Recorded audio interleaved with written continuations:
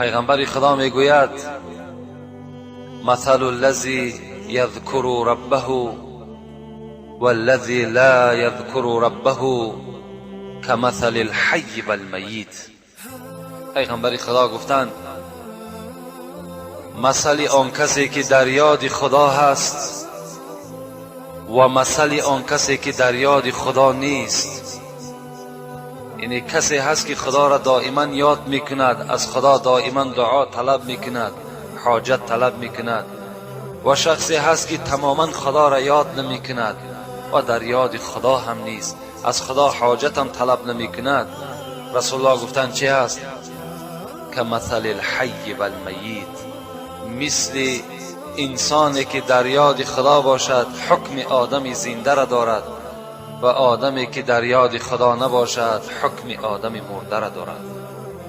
یعنی انسان زنده از غیر زنده، رسول اکرم گفتند که فرق کننده است به این که در یاد خدا باشد یا در یاد خدا نباشد.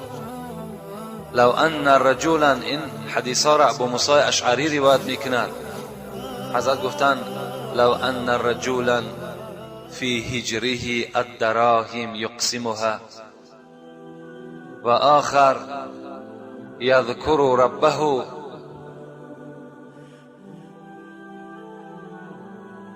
لکان الذاکر لله افضل. پیغمبر گفتند یک مرد هست که در کیسه خود خیلی درهم و خیلی پول زیاد دارد و هر یک مسکین و فقیری که رو پرو می شود با او انسان از همین مالی داشتگیش تقسیم میکند. و یک مرد هست که دائما در یاد خدا هست، خدا را یاد میکند، ذکر میکند.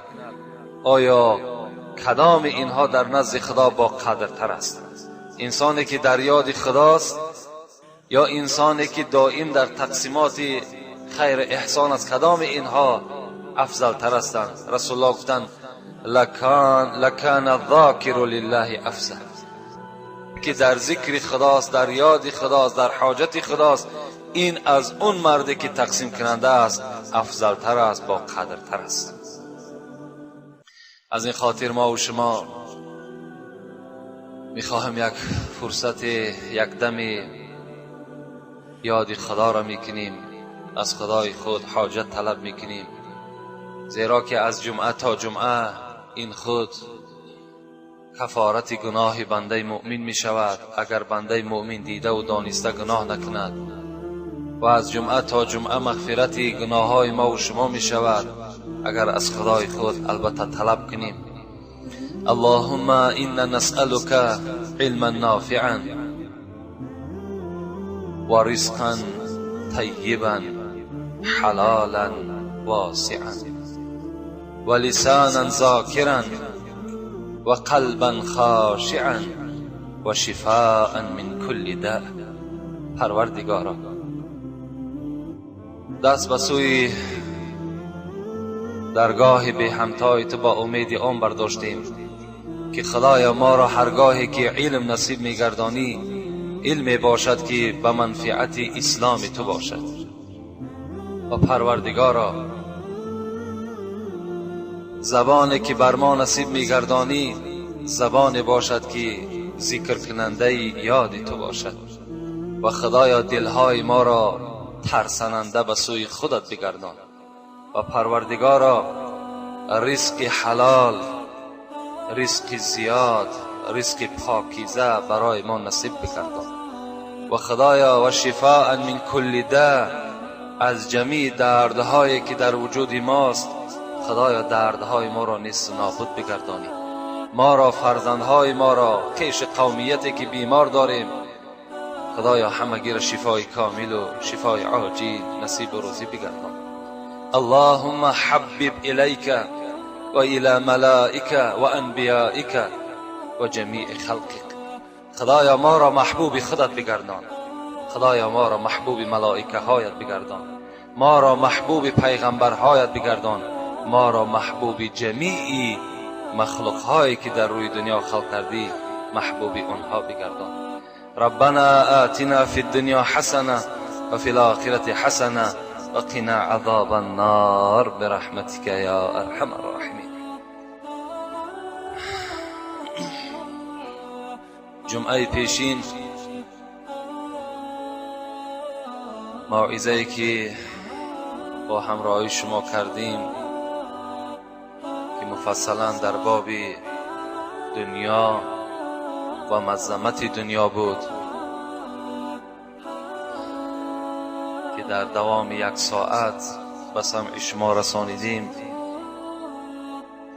امروز هم باشد انشاءالله کمی در این باب دنیا و مظلمت او با شما صحبت ها میکنم و اگر وقت گنجایش دهد انشاءالله یک چند سوال هایی که خیلی زیاد شدن با اونها هم البته جواب گردانی میکنیم. پیش از آغاز صحبت یک غزل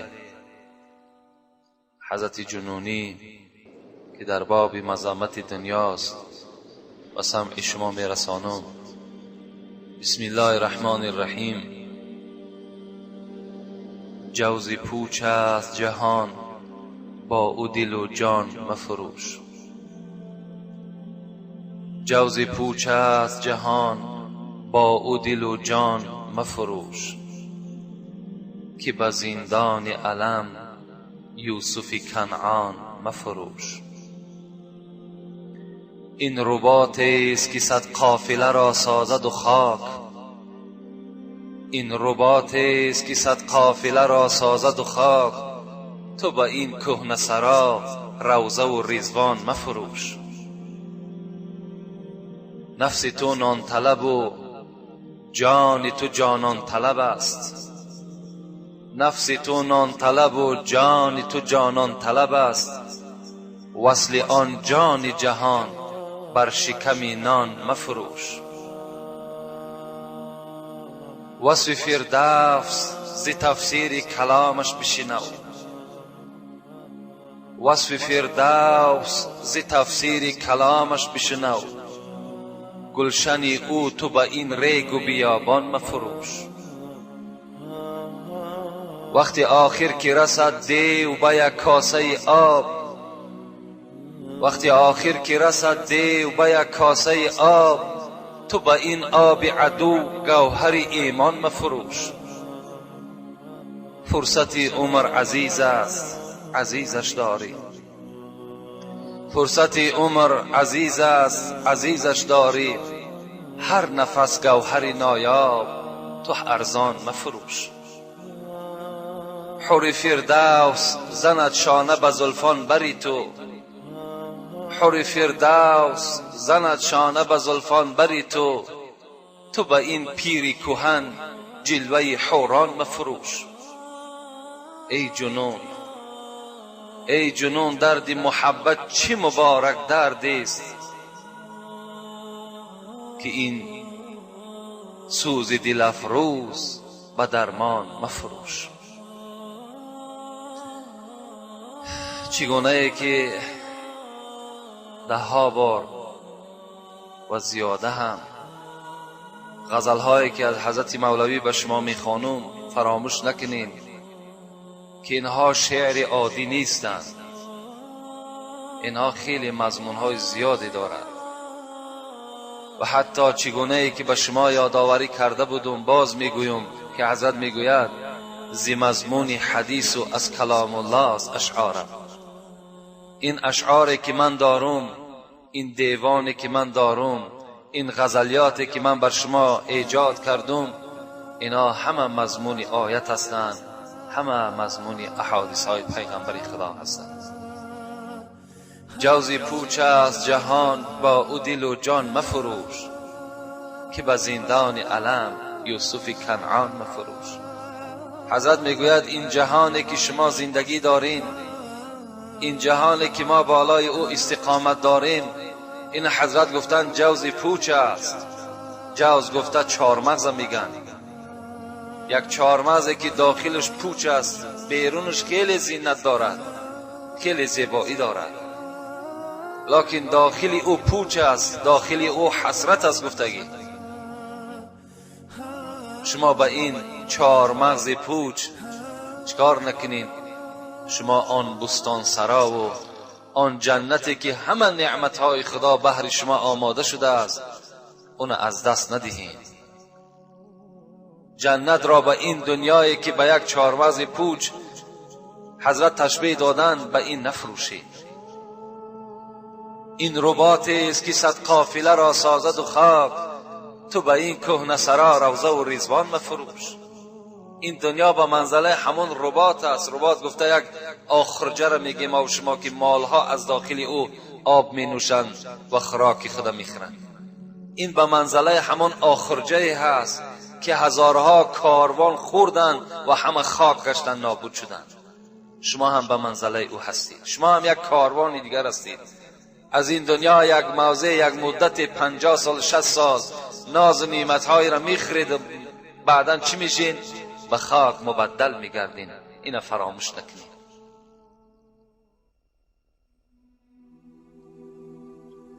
وصف فردوس ز تفسیر کلامش بشنو.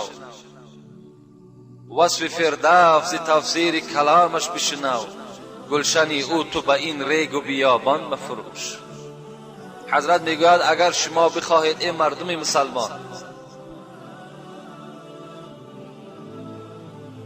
که فردوس خداوندی را، جنت خداوندی را وصف شما اگر دریافت کنین، از داخل جنت خداوندی، از خانه هایی که در داخل جنت است، اگر شما بخواهید که آگاه شوین، با قرآن خداوند نظر بکنین، وصف فردوس ز تفسیر کلامش بشنو. قرآن خدا را کشاده کنین، شما اون جنت هایی که منتظر شماست اونها را شما دریافت بکنین که چگونه هست. ابو هریره میگوید پیغمبر خدا را پرسان کردم رسول اکرم خداوند این مخلوقاتی که در روی دنیا آفرید از چی آفرید؟ رسول الله گفتن از آب. گفتم جنت چی؟ ساختمان جنت از چی آفرید؟ و ساختمان جنت چگونه هست؟ رسول الله گفتن خشت از طلا، خشت از نقره.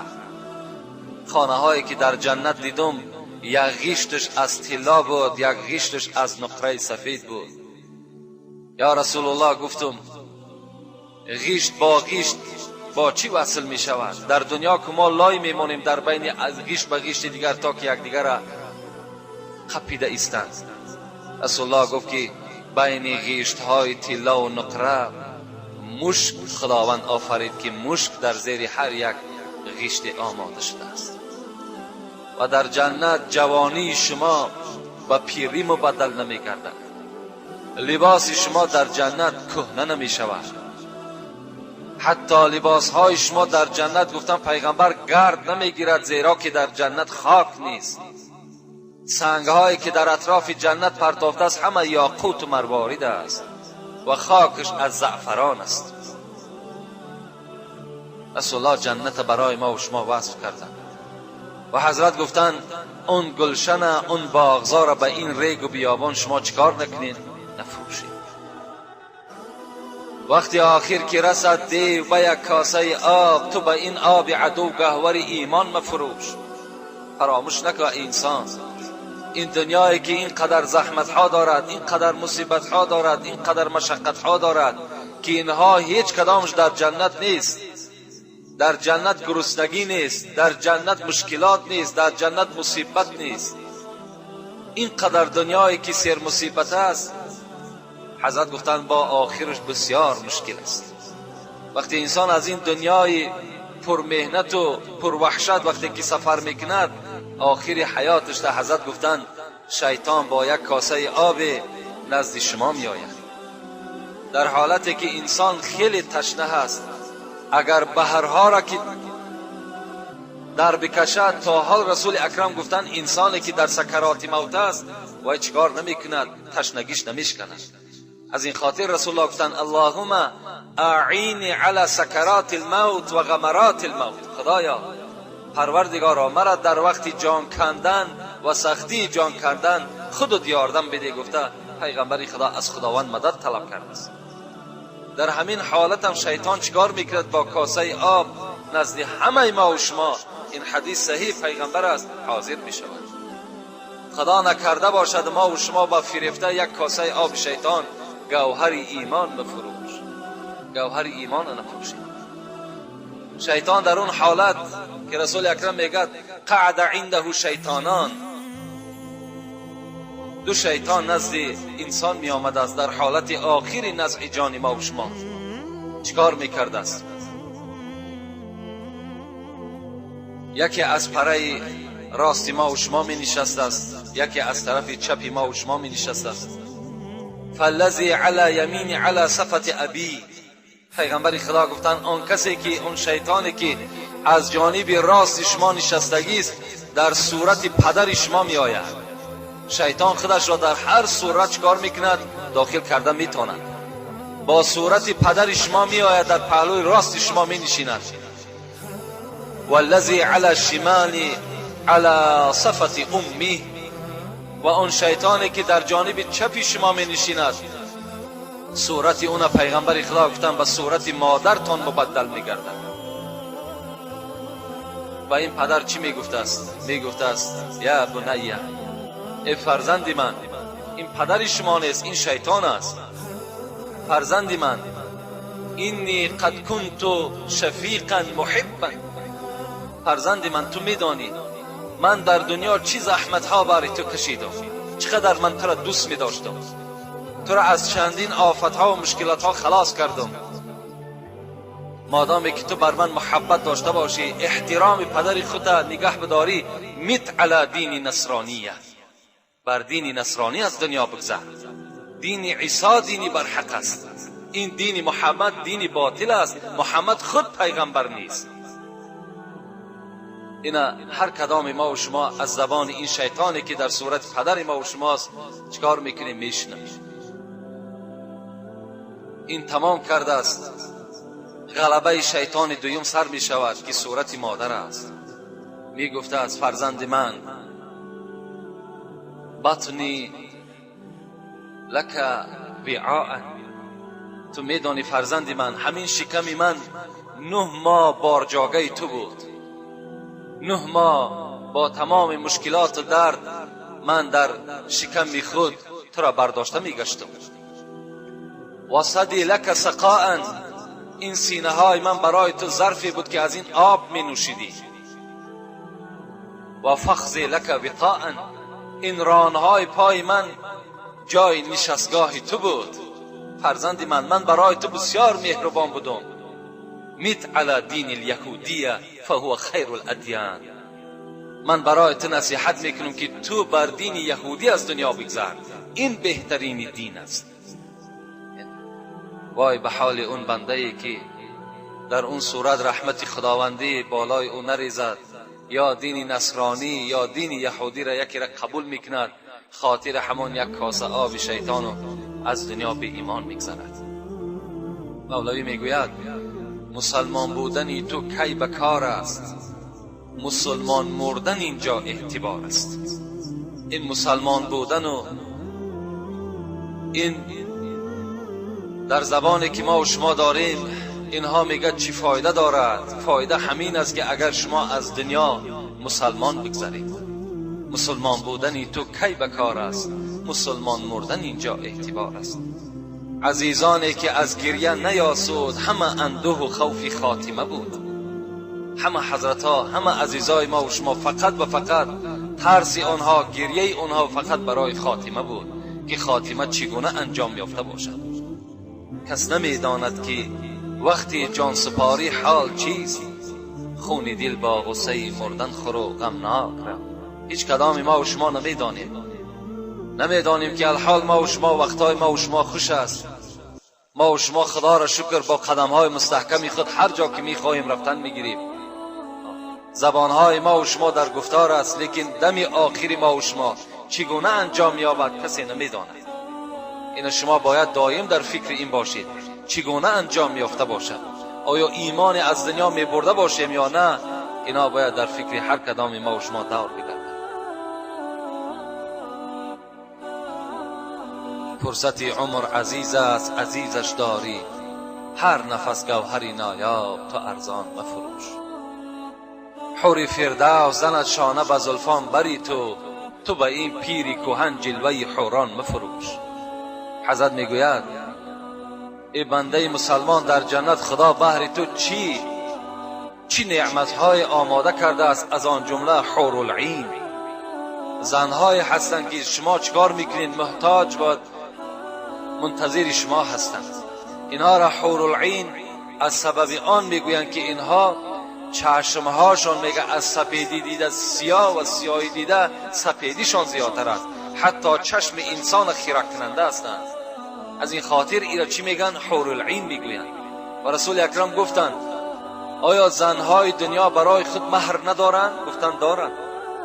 ما و شما مهر میتیم، یعنی اون قلینگی که بهر زنهای دنیاوی میخریم، رسول الله گفتند حور العین جنت هم به خودش مهر دارد، قلینگ دارد. گفتند چی هست؟ رسول الله گفتند که خوش به حال شخصی که اگر مسجدی باشد در دنیا، یعنی مهر همون حور العینی که در جنت است همین داخل شدن مسجد ما و شما، یا 5 وقت نماز با جماعت خواندن ما و شما، یا مسجد در روی زمین دوست داشتن ما و شما، این خودش مهر حور العین بدست. خوش به حال همه ما و شما که امروز الحمدلله در هر محله که داریم 5 وقت نمازی با جماعت داریم. روزهای جمعه که شود ما و شما بیقرار میشیم، رفته نماز جمعه را در مسجد ها میخونیم. این معنای او را دارد که ما الک چیکار کردیم؟ چندین حور العین در مهر خود، در نکاح خود در آوردگی هستیم. رسول الله میگوید که ابو هریره میگوید من غدا الى المسجد او راح اعد الله له فی الجنه نزولا كلما غدا او راح. پیغمبر خدا گفت هر جوان، هر مردی که اگر از سحر تا بیگاه در داخل مسجد باشد، یعنی 5 وقت نمازی با جماعت داشته باشد، خداوند چیکار کرده است؟ اعد الله له نزولا فی الجنه. وای به مسجد می آید، ما و شما به مسجد آمده استیم و در جنت برای ما و شما پیغمبر خدا میگوید که خداوند دسترخوان آماده کرده است، فقط منتظر ما و شماست. روزی که مرگ بالای ما و شما فرا میرسد، دسترخوان تیار است، ما و شما نزد دسترخوان حاضر میشویم.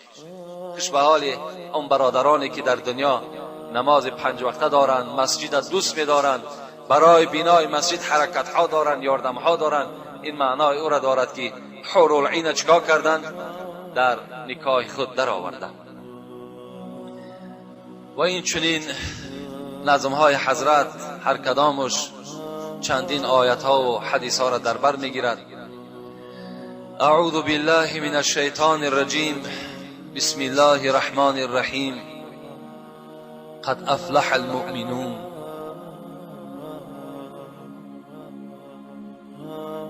در سوره پاره 30 از قرآن خداوند بر ما و شما خبر میدهد به تحقیق نجات یافت مؤمنها. کدام مؤمنها؟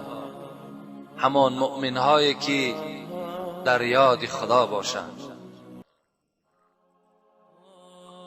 و در دوامش میگوید و نماز خدا را انجام بدهند.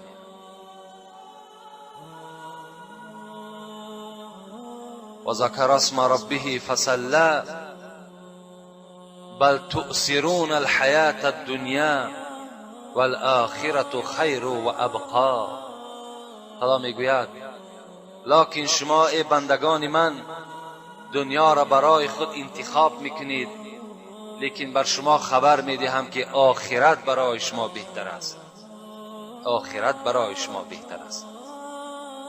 زیرا که این دنیایی که برای شما خبر دادم، این در ورقهای پیشین، حتی در ورقهایی که به حضرت ابراهیم و حضرت موسی آمده بود، در اون ورقها هم مذمت دنیا بر این پیغمبرها رسیده بود.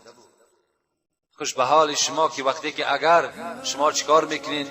دنیا را نه بلکه آخرت برای خود انتخاب میکنین. زیرا از حدیث هایی که جمعه پیشین بر شما گفته بودیم، پیغمبر خدا گفته بود ان الله لم یخلق خلقا ابغض الیه من الدنیا و انه منذ خلقها لم ينظر الیها. رسول اکرم فرمودند خداوند میگوید به درستی این که من مخلوق آفریدم، بدترین مخلوق به سوی من است که این دنیا هست. از زمانی که این دنیا را من آفریدم بر سوی این دنیا من نظر رحمت کردگی نیستم. حتی که در حدیث های دیگری پیغمبر میگوید لو كانت الدنيا تعدل عند الله جناح بعوضة ما سقى كافرا منها شربة ماء. پیغمبر خدا گفتن اگر دنیا در نزد خداوند قدر می داشت، قیمت می داشت، همین دنیایی که ما و شما زندگی داریم، نمیگذاشت که این کافرانی که قرآن انکار میکنن، خدا را انکار میکنن، محمد انکار میکنن، نمیگذاشت که اینها از این دنیا یک قطره آب بنوشند اگر دنیا به شرطی که در نزد خدا قدر میداشت.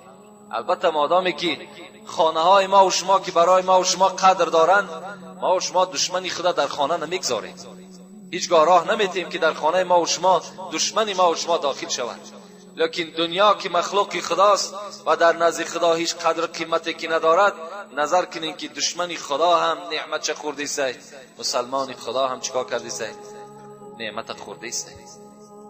خداوند میگوید من نمیگذاشتم که دشمنی من یک قطره آب از این دنیا بنوشد و اگر دنیا به سوی من محبوب میشد.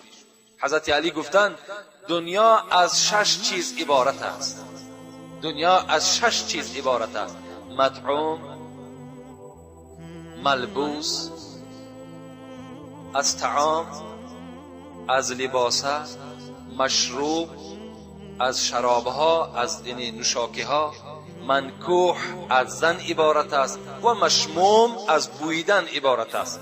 بین گفتن دنیا را گفتن بی قدریش نظر کن که از طعام، دنیا از طعام عبارت است، یعنی به طعام در دنیا زندگی کردن نمی شود، لیکن بهترین و قیمتترین همین دنیا در طعامش این عسل است که این هم از چی است؟ گفت از آب دهن زنبور است. بهترین طعام دنیا خودش از آب دهان چی است؟ زنبور است گفتن. و بهترین و در دنیا به آب زندگی کردن نمی شود، این هم یک نعمت خیلی قیمت است.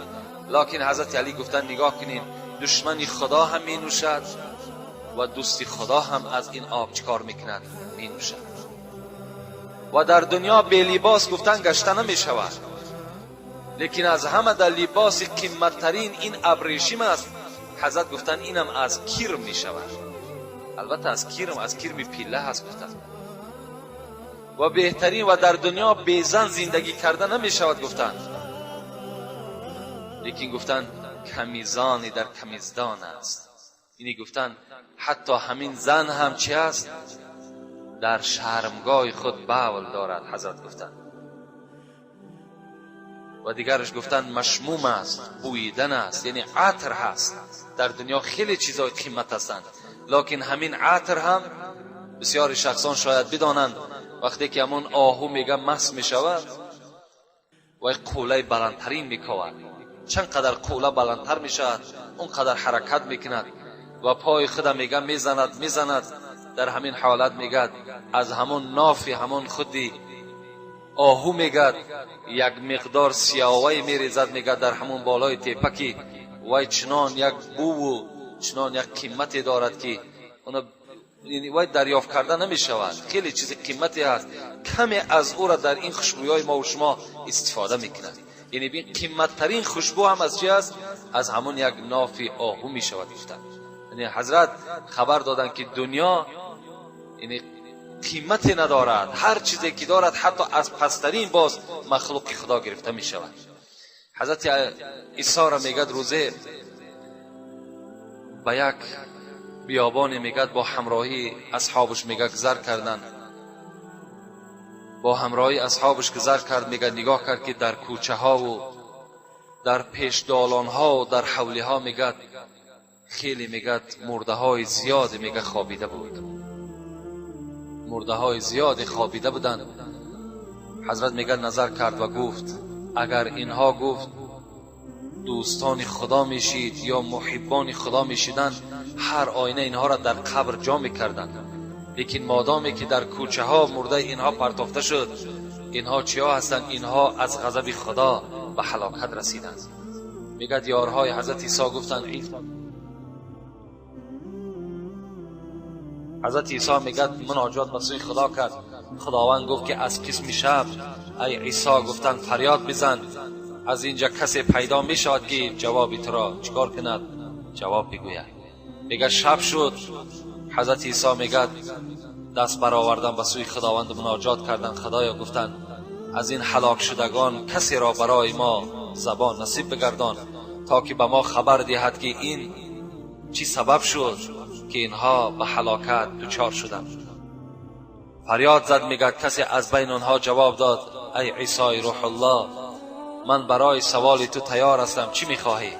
حضرت گفتن امروز ما در کوچه ها جسدهای پرتافته شده را دیدیم، آیا سبب چی بود؟ شما برای چی در این غضب خدا گرفتار شدید؟ میگه از جانب آنها جواب آمد که ما کسانی بودیم که دنیا را بی نهایت دوست می داشتیم، دنیا را دوست می داشتیم. سحر در راحت خدا بودیم، امروز در عذاب خدا چیکار کردیم؟ گرفتار شدیم. گفت چه مقدار شما دنیا را دوست می داشتین؟ گفت مثل که کودک مادرش دوست می دارد، مثل همین گفت به دنیا بسیار محبت بسته بودیم. گفت چرا تو زبان داری؟ چرا که تو را خداوند زبان داد، از بین این قدر مخلوق فقط تو را اختیار کرد؟ گفت من کسی بودم که در بین این قوم گفت زاهد اینها بودم، پرهیزکارترین اینها بودم. من دنیا را دوست نمی داشتم، لکن در بین این مردمی که دنیا را دوست می دارد، در بین اینها که زندگی می کردم، از طعام و از شراب اینها که می نوشیدم، خدا مرم چیکار کرد؟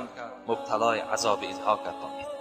یعنی مقصد از این چی است؟ مقصد از این است که پیغمبر خدا می فرماید تعیس عبد الدینار و الدرهم والقطیفه والخمیسه این عوتی رضی و این لم یعطا لم یرضی. اینا هم گفته بودن که ما چنان بنده بودیم که اگر خدا بر ما چیزی از نعمت خدا میداد، ما خدا را راضی بودیم، از خدای خود راضی بودیم. لیکن روزی که نعمت بالای ما بسته میکرد، ما چیکار میکردیم؟ ما از خدای خود راضی نمیشدیم. رسول الله میگه بعد گفتن چی گفتن پیغمبر ما و شما؟ گفتن هلاک شود، مرده باد آن بنده درهم و دینار. کسی که در دنیا بنده درهم است، کسی که در دنیا بنده دینار است، پیغمبر خدا گفتن تعیس عبد الدینار و درهم. خدا هلاک کند بنده ای که دوستدار درهم و یعنی دوستدار پول و مال دنیا هست. والقطیفه والخمیسه، پیغمبر خدا باز این دو چیز دیگر هم علاوه کردن. خدا هلاک شود بنده ای که فقط و فقط در پوشیدن بهترین لباس ها و در بالای بهترین جایگاه ها خوابیدن دوست می دارد. خدا هلاک باد این گونه بنده را. رسول الله دوست نمی داشتن، رسول الله اختیار نکرده بودند دنیا را. حتی حضرت ابو هریره می گوید وقتی که من از حال پیغمبر خدا به شما حکایت کنم که رسول الله ما یجید من الدقل، حتی میگه شبهای میشد که پیغمبر خدا یعنی خودش میپیچاند از گرسنگی، از شدت گرسنگی، حتی پوست خرما هم دریافت نمیکرد. میگه ما یملا به بطنه، حتی پوست خرما هم نمیافت که شکم خچ حضرت میگه سیر کنه. یعنی اگر میخواست دعا میکرد دنیا همه برای خرما میگرد، همه یو تنگه میگرد، همه یو ناز نعمت در پیش پیغمبر خدا چکار میکرد؟ پیدا میشد. لکن حضرت چکار کردن؟ محبت دنیا را برای خود اختیار نکردن. و برای ما و شما هم گفتن که ابو سعید خدری میگوید جلس رسول الله صلی الله علیه و سلم علی المنبر و جلسنا حوله، پیغمبر خدا بالای منبر برآمدند و ما در اطراف پیغمبر خدا نشستیم و رسول اکرم میگه به جانب همه ما گفت، چی گفت؟ ان مما اخاف علیکم من بعد ما یفتح علیکم من دهرة الدنیا و زینتها. ای امتی من، گفت من بعد از سر خودم بر شما بسیار ترسننده هستم بر یک عملی شما. کدام عمل؟ ما یفتح علیکم من دهرة الدنیا و زینتها. این است که بعد من دنیا باز رنگارنگ می شود، دنیا باز شیرین تر می شود، دنیا را کارش باز زیادتر می شود که شما شیفته و محبتی بر دنیا می بندین که شما همگی همت گمراه میشین و از راه حق چکار میکنین؟ منحصر میگردین. یعنی شما را همین دنیا البته فریب میکنه. ابو هریره میگه روزه من در بازار بودم و نگاه کردم که بی نهایت مردم در جوش سودا هست. میگه فریاد زدم، گفتم ای مردمی که امروز همه شما به سوداگری مشغول هستین، در مسجد پیغمبر خدا میراث تقسیم رفته ایستاده است. میراث پیغمبر خدا را تقسیم دارند. آیا شما چرا از میراث پیغمبر خدا چیزی نمیگیرید؟ میگه وقتی که شنیدن که میراث پیغمبر خدا تقسیم می شود، فکر کردن که اشیاء دنیا هست، فکر کردن که مال دنیا هست. همگی میگه به مسجد دویده آمدند. وقتی آمدن در مسجد کسی را ندیدند مگر یک مردمی را دیدند و پس گشتند به پیش ابو هریره رفتند. گفتند ابو هریره، در پیغمبر خدا را در مسجدش هیچ تقسیم میراث نمی رفت. ابو هریره میگه گفت کسی در مسجد نبود؟ گفت مردم زیاد بود لکن تقسیم میراث نبود، بلکه یک گروه مردم نماز میخواند، یک گروه به ذکر خدا مشغول بود، یک گروه دیگر ذکر حلال و حرام میکرد، دیگر هیچ چیزی در مسجد نبود. ابو هریره گفت این مردم نافهم، گفت میراث پیغمبر خدا انا همون است. گفت از پیغمبر خدا مال دنیا باقی نماند، از پیغمبر خدا هیچ زر و تنگه و طلا باقی نماند، مگر ذکر باقی ماند، مگر جدا کردن حلال و حرام باقی ماند، مگر نماز میراث ماند. شما اون برای خود اختیار کنید. امروز همه شما سرگرم سودا هستید، امروز همه شما سرگرم جمع کردن دنیا هستید، لکن از میراث پیغمبر خدا چیزی برای شما میراث نرسیده است. در اصل پیغمبر خدا بیهوده نترسیدند. امروز بینید البته ما و شما را هم دنیا چیکار کرد؟ دنیا هم در اطراف خودش ما و شما را جمع کردگی هست. البته کاری از دنیا میبراید که ما و شما مانع نماز جمعه میشیم، خب یا کاری از دنیا میبراید که ما و شما به نماز 5 وقته نمیریم. اینا سبب شدن، اینا همه عملهای همون دنیایی هستن که ما و شما چیکار کردیم؟ به اینها مبتلا شدیم و امروز به عبادت خداوندی نمیرسیم. لکن از همه خلاصه گپ همین است که انسان در دنیا زندگی کردنش غلط نیست. ما و شما زندگی میکنیم، صاحب فرزند میشیم، صاحب مال و اسباب انجام میشیم، لکن فراموش نکنین که محبت بر دنیا و محبت بر این عمر بستن این چی است؟ این خودش غلط است.